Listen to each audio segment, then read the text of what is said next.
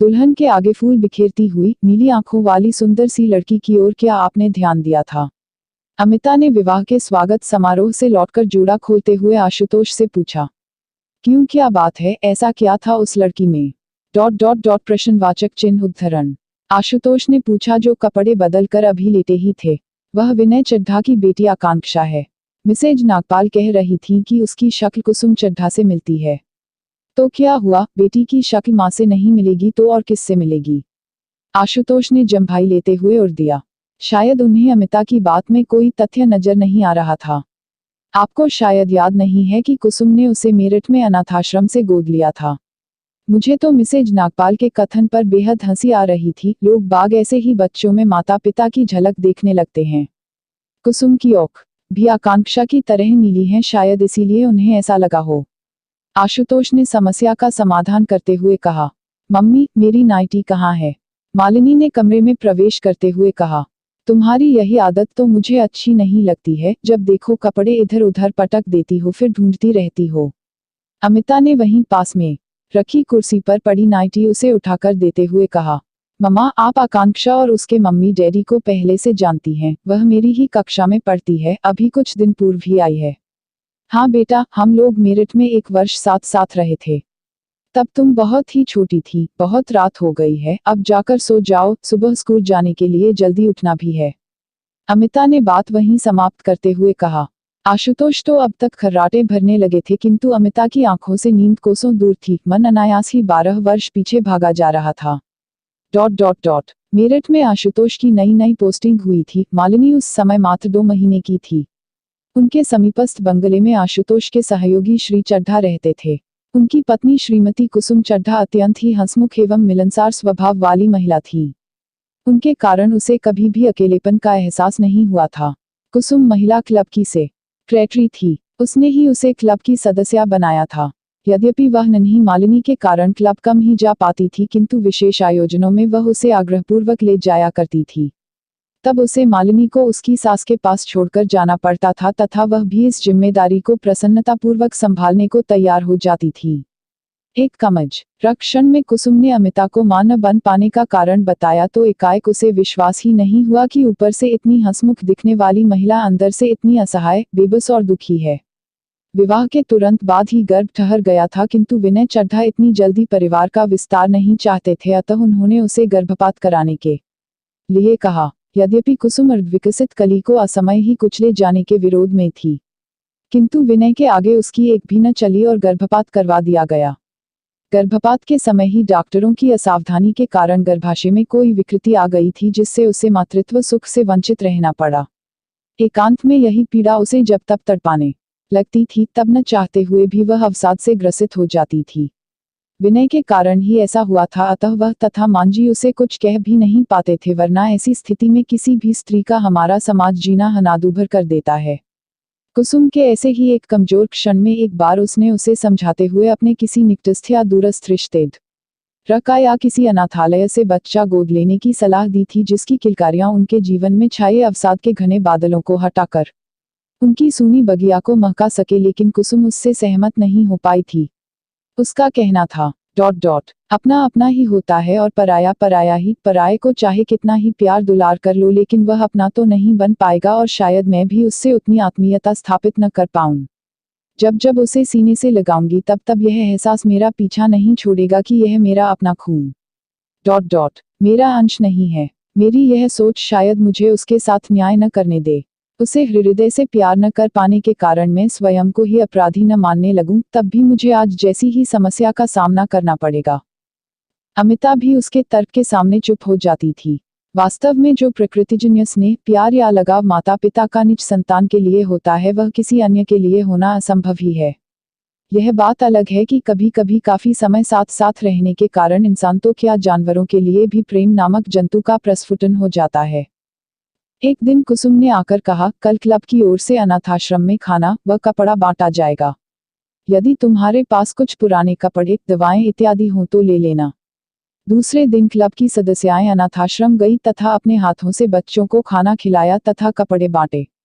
उन सबके अंदर उन्हें अपने लिए प्यार और सम्मान की भावना दिखाई दे रही थी।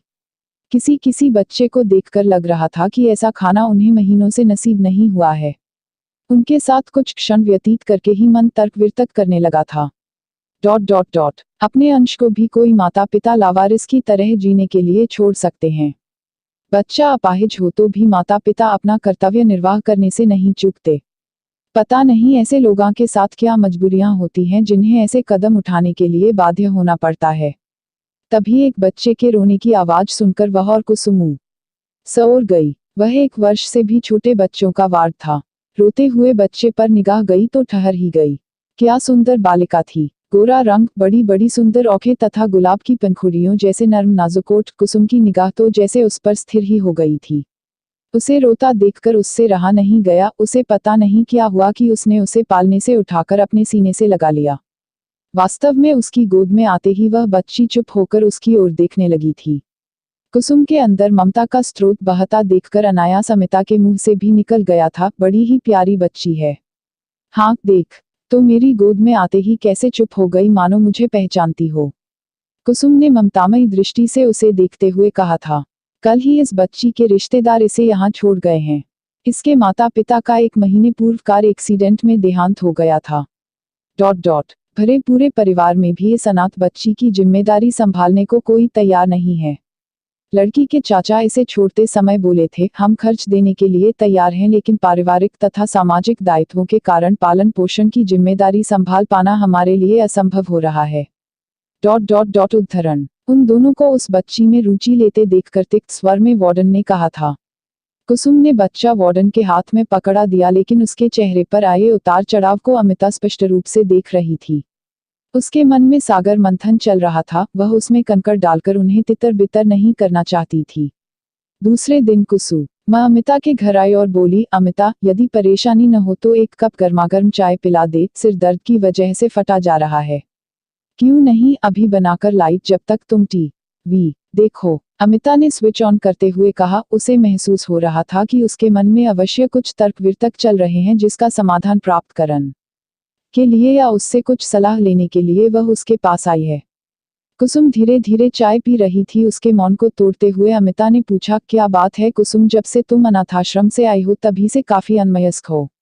हाँ अमिता, उस मासूम बच्ची को गोद में उठाने के पश्चात पता नहीं मुझे क्या हो गया है, मेरे दिल की धड़कन मानो उस बच्ची को पुकार रही है। उसे साथ रखना तथा प्यार करना चाहती है। उसे देखकर तुम्हारा मातृत्व जाग उठा है। मेरी मानो यदि भाई साहब मान जाएं तो उसे गोद ले लो। अच्छे खानदान की बेसहारा लड़की है, उसे माता पिता तथा तुम्हें बच्चा मिल जाएगा। उसने उसकी मनस्थिति को समझाते हुए उसे सलाह दी। विनय तो बहुत पहले से ही आग्रह कर रहे हैं, लेकिन मैं ही स्वयं को तैयार नहीं कर पा रही थी। उस मासूम बच्ची को देखकर अब मैं स्वयं को नियंत्रित नहीं कर पा रही हूँ। बार बार उसका मासूम चेहरा मेरी आंखों के सामने आकर मुझसे कुछ कहना चाह रहा है, जिसे मैं चाहकर भी नकार नहीं पा रही हूँ। पता नहीं कैसा आकर्षण है जिसके मोहपाश में मैं सुध बुध भुला बैठी हूँ। सच कहती हूँ अमिता, इसके पूर्व किसी बच्चे को देखकर मेरा दिल ऐसे नहीं धड़का, नहीं अपनाने की इच्छा हुई। कभी कभी लगता है वह मेरी कोई अपनी है जो मुझसे वर्षों पूर्व बिछड़ गई थी। पता नहीं क्यों वह मुझे अपनी सी लग रही है, बेहद अपनी। कहते हुए उसके स्वर में लाचारी झलक आई थी। तो फिर देर किस बात की, भाई साहब और मांझी की सलाह लेकर गोद लेने की कानूनी प्रक्रिया पूर्ण कर लो, सारी परेशानियां दूर हो जाएंगी। लेकिन यह सोचकर डर लगता है कि जब वह लड़की बड़ी होगी और उसे पता चलेगा कि उसके असली माता पिता हम नहीं कोई और है, तो उसके दिल पर क्या प्रभाव पड़ेगा। क्या वह सहज रह पाएगी। उसके विवाह इत्यादि में कोई परेशानी तो नहीं आएगी। तुम्हारा भर्रम निराधार है, भाई साहब का ट्रांसफरेबल जॉब है। दूसरी जगह किसी को क्या पता चलेगा कि तुमने इसे गोद लिया है। तुम इसे लेकर मायके चली जाना, तब तक भाई साहब स्थानांतरण के लिए प्रयत्न करते रहेंगे। स्थानांतरण होने के पश्चात तुम उसे लेकर वहां पहुंच जाना। मेरी ओर से तुम निश्चित रहो, यह राज ही रहेगा। मुझे पूर्ण विश्वास है यदि उसकी परवरिश अच्छी तरह से हुई तो वह इस रहस्य को जानकर भी वास्तविकता से मुख नहीं मोड़ेगी, और शायद तब उसके मन में तुम्हारे लिए सम्मान की भावना और भी बढ़ जाए। अमिता ने कुसुम को सलाह देते हुए कहा था। कुसुम बच्चा गोद लेना चाहती है। समाचार सुनकर मांझी और विनय अत्यंत प्रसन्न हुए थे। अमिता की बात पर अमल करते हुए वह बच्ची को लेकर मायके चली गई। किसी को कानो कान खबर भी नहीं हुई। लोग पूछते तो कह दिया जाता कि प्रेगनेंसी के कारण उसे मायके जाना पड़ा। डॉक्टर ने पूर्ण विश्राम की सलाह दी है। इतने समय में विनय ने भी अपना स्थानांतरण करवा लिया था। कुछ समय तक तो पत्र आते रहे, किंतु समय के साथ साथ स्मृतियां धुंधली पड़ती गई। लेकिन अमिता को प्रसन्नता थी कि उसकी सामयिक सलाह के कारण एक परिवार की सूनी बगिया में प्रसन्नता के फूल खिल गए हैं, बाहर आ गई है तथा वह भी अपना वायदा निभाने में कामयाब रही है। इतने दिनों पश्चात आज विवाह के स्वागत समारोह में अचानक कुसुम से भेंट होने पर पुरानी यादें ताजा हो गई थीं। पहले तो उसे उस पर क्रोध आया कि वह उससे पहले क्यों नहीं मिली, पर जब उसने अपनी व्यस्तता बताते हुए क्षमा मांगी तो सारा क्रोध भूलकर उसे गले से लगा लिया। उसने उसकी बेटी के बारे में पूछा तो उसने आकांक्षा को बुलाकर उससे परिचय करवाया तो कुसुम के चेहरे पर छाई प्रसन्नता उसे अंदर तक गुदगुदा गई थी। तभी मिसेज नागपाल के शब्दों ने दिल में खलबली मचा दी और यह खलबली आशुतोष से कहने के पश्चात ही शांत हो पाई थी। अभी एक हफ्ता ही हुआ था कि एक दिन कुसुम उसके घर आई तथा आक्रोशित स्वर में कहा, अमिता, आकांक्षा हमारी पुत्री नहीं है, वरन हमने उसे गोद लिया है। यह रहस्य तुम्हें ही पता था तथा तुमने उस रहस्य को स्वयं तक सीमित रखने का वायदा भी किया था, फिर तुमने मेरे साथ धोखा क्यों किया? ... प्रश्नवाचक चिन्ह। धोखा? यह तुम क्या कह रही हो कुसुम? सच मानो मैंने तो किसी से भी इस बात का जिक्र ही नहीं किया। भला मैं क्यों गड़े मुर्दे उखाड़ने लगी? इससे न तो मेरा कोई फायदा होने वाला था और न ही किसी अन्य का। ... उद्धरण। फिर वह क्यों लगातार 2 दिन से एक ही प्रश्न बार बार पूछ रही है? बताइए मम्मा, क्या मैं आपकी बेटी नहीं हूँ? क्या आपने मुझे कहीं से गोद लिया है? कहकर कुसुम मौन हो गई। अचानक उसे याद आया कि जब वह आशुतोष को ऋचा नागपाल की बात बता रही थी उसी समय मालिनी अपनी नाइटी लेने उनके कमरे में आई थी। कहीं उसने तो सारी बातें नहीं सुन ली थी। वह कह भी रही थी कि आकांक्षा और वह दोनों एक ही कक्षा में पढ़ते हैं। मन का संशय कुसुम को बताया तो वह रोने लगी तथा दुखी स्वर में कहा, हमारी सारी मेहनत, सारी तपस्या व्यर्थ चली गई अमिता। अब उसको मैं कैसे समझाऊं? पिछले 2 दिनों से न तो वह ढंग से कुछ खाती है और न कुछ पीती है, बस एक ही जगह बैठी बैठी न जाने क्या सोचती रहती है। विनय भी उसकी हालत देखकर घबरा गए हैं। समझ में नहीं आ रहा कि क्या करें। सब ठीक हो जाएगा कुसुम, धीरज रखो, मैं सब ठीक कर दूंगी। ... उद्धरण। उसने कुछ सोचते हुए दृढ़ आत्मविश्वास के साथ कुसुम को धीरज बंधाते हुए कहा, इसीलिए तो मैं तेरे पास आई हूँ। तुम मेरी प्रिय सखी ही नहीं, मेरी बहन जैसी हो। मेरी इस समस्या का समाधान भी तुम ही कर सकती हो, लेकिन एक बार म्यान से निकली तलवार और मौन से निकले शब्द क्या लौट कर आ पाएंगे? ... प्रश्नवाचक चिन्ह। उसके दिल में जो संशय पैदा हो गया है वह क्या दूर हो पाएगा? कुसुम ने प्रश्नयुक्त तथा पनियाली आंखों से पूछा। जो दर्द देता है वही दवा भी देता है, बस यही सोच ले। वैसे मैं इस समस्या का समाधान करने का पूरी तरह से प्रयास करूंगी। कहते हुए उसने कुसुम को दिलासा देने का प्रयास किया। थोड़ा रुक कर उसने पुनः कहा, यदि बुरा न मानो तो एक बात कहूं... उद्धरण। कहो, भला मैं क्यों बुरा मानूंगी? कुसुम, आकांक्षा अभी बच्ची है। बच्चों का मन जहाँ फूल सा नाजुक होता है वहीं सागर जैसा विशाल भी होता है। थोड़ा सा प्यार और स्नेह पाकर वह सब कुछ भूल भी जाते हैं। इसीलिए मुझे विश्वास है कि जीवन की इस कटु सच्चाई को वह सहन कर भी लेगी और शायद कुछ समय पश्चात भूल भी जाए। इस समय हम यदि उसके मन मस्तिष्क में यह बात बैठा भी दे कि तुम दोनों ही उसके असली माता पिता हो, तो उस समय क्या होगा जब यह बात उसे उम्र के उस मोड़ पर पता चलेगी जब इंसान अपने अस्तित्व की भूल-भुलैया में खोया रहता है। ... खासतौर पर किशोरावस्था की दहलीज पर पैर रखते युवा, जो कभी कभी दूसरों को तो क्या स्वयं को भी नहीं समझ पाते। शक का जो कीड़ा आज हमारी जरा सी भूल से उसके मन में जन्म ले चुका है, तब पता नहीं किस किस को अपने क्रूर पंजों से घायल करेगा। अतः मेरा तो यही सुझाव है कि कभी उचित अवसर देखकर उसे सब कुछ सच सच बता दो कि क्यों तथा किन परिस्थितियों में तुम्हें उसे गोद लेना पड़ा था। यह तुम क्या कह रही हो अमिता? उसके नन्हे मन पर इस बात का न जाने कैसा असर हो, वह न जाने कैसे रिएक्ट करे। कुसुम ने अविश्वास से उसकी ओर देखते हुए कहा, मैं ठीक कह रही हूँ कुसुम, वैसे भी मनोवैज्ञानिकों के अनुसार गोद लिए बच्चों को सब कुछ बता देना ही श्रेयस्कर है, क्योंकि जीवन में अनेक ऐसे मोड़ आ सकते हैं जब सच्चाई से उनका आमना सामना हो। तब ऐसी विषम परिस्थितियों के लिए वे स्वयं को तैयार तो कर पाएंगे। ... फिर उसे पूरी बात बता देने से तुम्हारे मन में बैठा वह डर भी दूर हो जाएगा कि कहीं आकांक्षा को यह पता न चल जाए कि वह तुम्हारी कोख जाए नहीं है। तब शायद तुम भी उसके साथ सहजता से पेश आ सकोगी। वैसे भी तुम्हारी परवरिश में यदि कोई कमी नहीं है तो मुझे विश्वास है कि सच्चाई जानकर भी वह तुमसे उतना ही प्यार करेगी जितना अभी करती है। हो सकता है कि संबंधों में और प्रगाढ़ता आ जाए। समस्या का मनोवैज्ञानिक पहलू उसके सम्मुख रखते हुए अमिता ने कहा। शायद तुम ठीक कह रही हो अमिता। अच्छा, अब मैं चलती हूँ। कुसुम को भी अमिता की बातों में तथ्य तो नजर आ रहा था, पर स्थिति की भयावहता के कारण मन में थोड़ी झिझक भी थी। पर कभी कभी कठोर निर्णय लेकर ही स्थिति को अपने अनुकूल बनाना पड़ता है, सोचकर उसने भी मन ही मन आकांक्षा को सब कुछ बताने का फैसला कर लिया। धैर्य से समस्या का सामना करना कुसुम, जीवन में कभी कभी ऐसे पल भी आते हैं जिनमें इंसान स्वयं को निस्सहाय समझने लगता है, किंतु प्रत्येक समस्या का कोई न कोई हल होता ही है। यह समस्या मेरे कारण उत्पन्न हुई है, मुझ पर विश्वास रख, सब कुछ ठीक हो जाएगा। मैं भी इस समस्या को सुलझाने का पूरा प्रयास करूंगी। आज मालिनी के स्कूल से आते ही पूछूंगी कि उसने आकांक्षा से क्या और क्यों कहा, तब शायद हम कोई उपाय ढूंढ सकें। जाते समय अमिता ने उसका हाथ अपने हाथ में लेकर सांत्वना देते हुए कहा। कुसुम चली गई थी। अमिता को मालिनी पर अत्यंत क्रोध आ रहा था। यदि उसके मन में कोई संशय था तो आकांक्षा को कहने से पूर्व उसे उससे भी सलाह लेनी चाहिए थी। भला उससे यह सब कहने से उसे क्या लाभ हुआ होगा? किसी ने सच ही कहा है कि दीवारों के भी कान होते हैं। उसे स्वयं पर भी क्रोध आ रहा था कि उसने मिसे नागपाल वाली बात आशुतोष को क्यों बताई, यदि बताई भी तो सावधानी क्यों नहीं बरती। उसके कारण ही किसी के हरे भरे संसार में आग लग गई। प्रेम और विश्वास के स्थान पर घृणा और अविश्वास ने अपनी जगह बना ली है। उनके जीवन में आए अंधेरे को दूर करने का प्रयत्न भी उसे ही करना होगा। अतः मालिनी के स्कूल से लौटने के पश्चात अमिता ने उसे खाना खिलाते हुए पूछा, क्या तुम और आकांक्षा मित्र हो? हाँ मम्मा। लेकिन मम्मा, आप यह क्यों पूछ रही हो? मालिनी ने प्रश्नवाचक दृष्टि से अमिता को देखते हुए पूछा। तुमने 2 दिन पूर्व आकांक्षा से कुछ कहा था। उद्धरण। अमिता ने उसके प्रश्न को नजरअंदाज करते हुए कहा।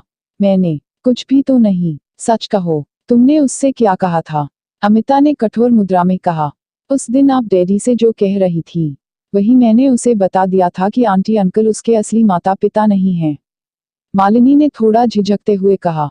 लेकिन मैंने ऐसा क्यों किया? ऐसा करके तुम्हें क्या मिला? तुम नहीं जानती कि तुम्हारी इस हरकत से उसे कितना मानसिक कष्ट पहुंचा है। बोलो, तुमने ऐसा क्यों किया मालिनी? मुझे यह थोड़े ही मालूम था कि उसे यह बात पता नहीं है। वह रोज टिफिन में अच्छा अच्छा नाश्ता लेकर आती थी। कभी छोले भटूरे, कभी समोसा, कभी गोभी के पराठे, कभी ब्रेड सैंडविच तथा कभी कभी डोसा, इडली बड़ा भी। आप तो रोज ही पराठा सब्जी रख देती हो। असंतुष्ट नजरों से अमिता की ओर देखते हुए उसने पुनः कहा। हम दोनों साथ बैठकर ही खाते हैं। मैंने एक बार पूछा कि रोज तुम्हारी मम्मी इतनी जल्दी सुबह सुबह इतना सब कैसे बना देती हैं, तो वह बोली, मुझे जो टिफिन में चाहिए होता है वह एक दिन पहले ही मम्मी को बता देती हूँ और वह तैयार कर देती हैं। मुझे लगता था कि उसकी मम्मी कितनी अच्छी हैं, उसका कितना ख्याल रखती हैं। अभी कुछ दिन पहले वह एक एल्बम लेकर आई थी जिसे उसके मम्मी पापा ने उसके 12वें जन्मदिन पर उपहार में दिया था, जिसमें उसके बचपन से लेकर अब तक की घटनाओं के फोटो लगाए हुए थे। उन्हें देखकर मेरे मुंह से अचानक निकल गया, तुम कितनी खुशनसीब हो जो तुम्हें ऐसे माता पिता मिले जो तुम्हें बिल्कुल अपनी सगी बेटी की तरह प्यार करते हैं। वह मेरा वाक्य सुनकर चौंक उठी तथा मेरी कही बात का मतलब पूछने लगी। तब मुझे वह सब बताना पड़ा जो उस दिन आप डैडी से कह रही थी। मैंने जानबूझकर उससे कुछ नहीं कहा मम्मा, बस पता नहीं उस दिन आपसे सुनी बात कैसे मेरे मुंह से निकल गई। क्या बात है मम्मा? तब से वह स्कूल भी नहीं आ रही है, उसकी तबीयत तो ठीक है न? विस्मयादिबोधक चिन्ह उद्धरण। मालिनी ने थोड़ा डरते हुए पूछा। अमिता समझ गई थी कि कुसुम के आकांक्षा के प्रति अत्यधिक प्यार ने मालिनी के अवचेतन मन में आकांक्षा के प्रति ईर्ष्या जगा दी थी, और इसी ईर्ष्या ने उससे वह सब कुछ अनजाने में कहलवा दिया जो उसने चुपके से सुन लिया था। वह जानती थी कि उसे डांटने से भी समस्या का समाधान नहीं होगा, अतः उसे समझाते हुए कहा, कम से कम किसी से कुछ कहने से पूर्व सोच तो लिया करो कि तुम्हारी कही बातों से उस पर क्या प्रभाव पड़ेगा। तुम्हारी बातों ने आकांक्षा के जीवन में तूफान ला दिया है। वह बार बार अपने पालनकर्ता से अपने जन्मदाता का नाम पूछ रही है। उद्धरण। न चाहते हुए भी मन की कड़वाहट शब्दों में झलक ही आई थी। वह यह भी नहीं समझ पाई कि उसकी बड़ी बड़ी बातें उस नन्ही सी जान को समझ में भी आ रही हैं या नहीं। स्वयं को संभालते हुए पुनः कहा, आगे से ध्यान रखना कि किसी की भी बात को चुपके से सुनना बुरी बात है, और उससे भी बुरी बात है कि बिना सच्चाई जाने का सी भी बात को किसी से कह देना, और वह भी ऐसी बात जिससे उसे दुख पहुंचता हो या उसका नुकसान होता हो। सारी मम्मा, वह जब भी स्कूल आएगी तब मैं उससे क्षमा मांग लूंगी। मालिनी ने सिर झुकाते हुए कहा। अब क्षमा मांगने से क्या होगा, सच्चाई जानकर वह न जाने कैसी प्रतिक्रिया व्यक्त करेगी। जरा सोचो तो, यदि कोई तुमसे कहे कि हम तुम्हारे माता पिता नहीं हैं तो तुम्हें कैसा लगेगा। मन न जाने कैसा कैसा हो आया था, लेकिन समझ में नहीं आ रहा था कि क्या करे। पूरी रात वह करवटें बदलते बदलते ही बीती। दूसरे दिन फोन पर कुसुम से बातें की तो उसने कहा, तुम्हारे कहने के अनुसार मैंने उसे सब कुछ बता दिया है। सब कुछ सुनकर वह हमारी ओर ऐसे देखने लगी जैसे कुछ कहना चाहती है, लेकिन बहुत पूछने पर भी कह नहीं पाई। कल से उसे बहुत तीव्र ज्वर भी आ गया है। उसी की तीव्रता में अस्फुट स्वर में न जाने क्या बड़बड़ा रही है, लेकिन हम कुछ समझ नहीं पा रहे हैं। डॉक्टर को दिखाया तो उन्होंने कहा कि उसे कोई गहरा सदमा पहुंचा है, उसके निवारण का प्रयास कीजिए। उन्होंने दवाएं दी है पर कुछ फायदा नहीं हो रहा है। अमिता, हम दोनों कुछ समझ नहीं पा रहे हैं कि क्या करें। जिस बात का मुझे डर था आज उसका ही सामना करना पड़ रहा है। हताश निराश स्वर में उसने बिना उसके उर की प्रतीक्षा किए फोन रख दिया। अमिता को भी पिछले दिन मन में चलते अंतर्द्वंद के कारण ठीक से नींद नहीं आई थी। आकांक्षा की इस अवस्था के लिए वह स्वयं को ही जिम्मेदार मान रही थी। कुसुम की बातों ने उसके अंतर्द्वंद को और भी बढ़ा दिया था। आशुतोष टूर पर गए थे, वरना उनसे कुछ सलाह लेती। अचानक उसके मस्तिष्क में कुसुम के शब्द गूंजे। आकांक्षा कुछ कहना चाहती है लेकिन कह नहीं पा रही है। इंसानी मनोविज्ञान का एक और सिद्धांत उसके मन में उभरा। कभी कभी मन में चलते जिस अंतर्द्वंद को इंसान अपने माता पिता भाई बहन से नहीं कह पाता, उसे वह अपने किसी घनिष्ठ मित्र से कहकर अपनी समस्या का हल ढूंढ निकालता है। मालिनी उसकी मित्र है और हो सकता है कि जो बात आकांक्षा अपने मम्मी पापा से नहीं कह पा रही वह मालिनी से कह दे। तब शायद मन का बोझ कम हो जाए और वह फिर अपनी स्वाभाविक अवस्था को प्राप्त कर सके। यह सोचकर उसने मालिनी को बुलाया तथा उससे पूछा, तुम चाहती हो कि आकांक्षा फिर पहले की तरह हंसमुख लड़की बन जाए? हाँ मम्मा, मुझे सच में बहुत अफसोस है कि मेरे कारण उसे दुख पहुंचा है। अगर वास्तव में तुम्हें दुख है तो तुम्हें ही उसका हृदय परिवर्तन करना होगा। तुम्हें ही उसके मन मस्तिष्क में बैठाना होगा कि क्या हुआ यदि वह दोनों उसके असली माता पिता नहीं हैं। केवल इस बात से ही उनके उसके प्रति प्यार में तो कमी नहीं आ जाएगी। क्या उनके अब तक के किसी व्यवहार से उसे लगा है कि वह उसके माता पिता नहीं हैं? लेकिन मम्मा, मैं उससे यह सब कैसे कह पाऊंगी? तुम अवश्य कह पाओगी। तुम अपने सुकल के डांस डिफामा में भाग लेती रही हो, फिर यहाँ तो तुम उसके सामने सच्चाई ही रख रही हो। तुम पहले भी उससे कह चुकी हो कि उसके मम्मी पापा उसे कितना प्यार करते हैं। बस कुछ तर्कों द्वारा तुम्हें यह बात उसके मन में बैठानी होगी। हम अभी थोड़ी देर पश्चात उनके घर चलेंगे। जाओ, तैयार हो जाओ। अमिता और मालिनी को अचानक आया देखकर कुसुम चौंक गई। अमिता ने अपने आने का आशय बताया तो कुसुम उन्हें आकांक्षा के कमरे में ले गई। विनय आकांक्षा को कुछ खिलाने का प्रयास कर रहे थे तथा वह खाने में आनाकानी कर रही थी। उन दोनों को देखकर वह उठ खड़े हुए। थोड़ी देर पश्चात अमिता, कुसुम तथा विनय कमरे से बाहर आ गए। आकांक्षा को अकेले पाकर मालिनी ने अपनी कुर्सी उसके समीप खिसकाते हुए कहा, आकांक्षा मेरी प्यारी बहन, मुझे उस दिन की बात के लिए क्षमा कर दे। मैं बहुत ही दुखी हूँ, मेरे कारण ही तुम्हें कष्ट पहुंचा है। मुझे पता नहीं था कि तुम्हें यह बात पता नहीं है। उस दिन पता नहीं मेरे मुंह से न जाने कैसे वह बात निकल गई। उस दिन के बाद तुम स्कूल ही नहीं आई तो आज मम्मी के साथ तुमसे मिलने तथा क्षमा मांगने आई हूँ। निःशब्द अपनी उसे अपनी ओर देखते दे खकर मालिनी ने उसका हाथ अपने हाथ में लेते हुए आत्मीयता से पुनः कहा, आकांक्षा, सच्चाई पता लगने से आंटी अंकल के तुम्हारे प्रति प्यार में तो कोई कमी नहीं आई। वे तो तुम्हें अब भी उतना ही चाहते हैं जितना कि पहले चाहते थे। फिर क्यों इस नादान सखी की बातों में आकर तुम उनका दिल दुखा रही हो? जरा सोच, क्या तुझे उनके प्यार में कभी कोई कमी नजर आई? क्या उन्होंने तुम्हारी परवरिश में कभी कोई कमी रखी? क्या उन्होंने तुम्हें कभी एहसास होने दिया कि वे तुम्हारे माता पिता नहीं हैं? मेरी प्यारी बहन, जन्म देने से ही कोई किसी का माता पिता नहीं हो जाता। बच्चे पर अधिकार तो उसी का होता है जो उसे पालता है, उसका ख्याल रखता है और वही उसे प्यार भी करता है। आकांक्षा के मन में भी पिछले कई दिनों से यही बात उमड़ घुमड़ रही थी। यदि उसके पालनकर्ता उससे प्यार नहीं करते तो इस समय उसके लिए इतना परेशान नहीं होते। पापा तो पिछले एक हफ्ते से ऑफिस भी नहीं गए हैं। मम्मी भी उसके आसपास ही मंडराती रहती हैं। तेज ज्वर में कभी उसके माथे पर बर्फ के पानी की पट्टी रखती तो कभी उसके हाथ पैरों को सहलाती तो कभी उससे कुछ भी खाने की मिन्नतें करती। लेकिन फिर भी उसके मन में न जाने कैसी ग्रंथि बैठ गई थी कि वह सहज ही नहीं हो पा रही है। उसे अपने बचपन की घटनाएं भी याद आई। वह दिन आंखों के सामने घूम गए जब वह अपने पिता को घोड़ा बनाकर सवारी किया करती थी। कभी रात में भी आइसक्रीम खाने की जिद करती तो मम्मी के मना करने के बावजूद भी पापा यह कहते हुए कि एक ही तो बेटी है मेरी और हम उसकी इतनी सी भी इच्छा पूरी न करें कहते हुए उसे स्कूटर पर बैठाकर आइसक्रीम खिलाने ले जाया करते थे। कभी कभी उसकी इस तरह की जिद पूरा करने पर मम्मी झुंझलाकर कहती, तुम्हारे प्यार ने उसे बिगाड़ दिया तो फिर मुझे दोष मत देना। सुनकर वह तुरंत कहते, अरे आकांक्षा मेरी बेटी है, देखना एक दिन हमारा नाम अवश्य रोशन करेगी। कहते हुए उनकी छाती गर्व से चौड़ी हो जाती थी। पढ़ाई में भी मम्मी उसकी मदद करती थी। परीक्षा के अवसर पर होने वाली क्लब की मीटिंग भी वह उसके कारण छोड़ देती थी। उनकी देखरेख तथा उनके पढ़ाने के कारण ही वह अपनी कक्षा में सदा प्रथम आती रही थी। अभी 2 वर्ष पूर्व की ही तो बात है कि उसे पीलिया हो गया था, वह भी इतना तीव्र कि 4 दिन तक अस्पताल में उसे सैलाइन चढ़ती रही। डॉक्टर ने कहा था कि इस बीमारी में परहेज ही मुख्य है, तेल एक बूंद भी शरीर में नहीं जानी चाहिए। ग्लूकोज जितना पिला सके पिलाए, वैसे गन्ने का रस इसमें ज्यादा फायदा करता है किंतु अगर सफाई से न निकाला गया हो तो नुकसान भी कर सकता है। छेने के रसगुल्ले जितना खा सके खिलाइए। जब तक वह बीमार रही पापा रोज ऑफिस से लौटते हुए उसके लिए ताज़ा गन्ने का रस और रसगुल्ले लेकर आते थे। लगभग 1 महीने तक घर में बिना तेल मसाले की सब्जी बनती रही और वही सब खाते रहे। क्या सोच रही हो आकांक्षा? उद्धरण। मालिनी ने उससे पूछा। जो बातें तुमने कही वही बातें मैं भी सोच रही हूँ मालिनी।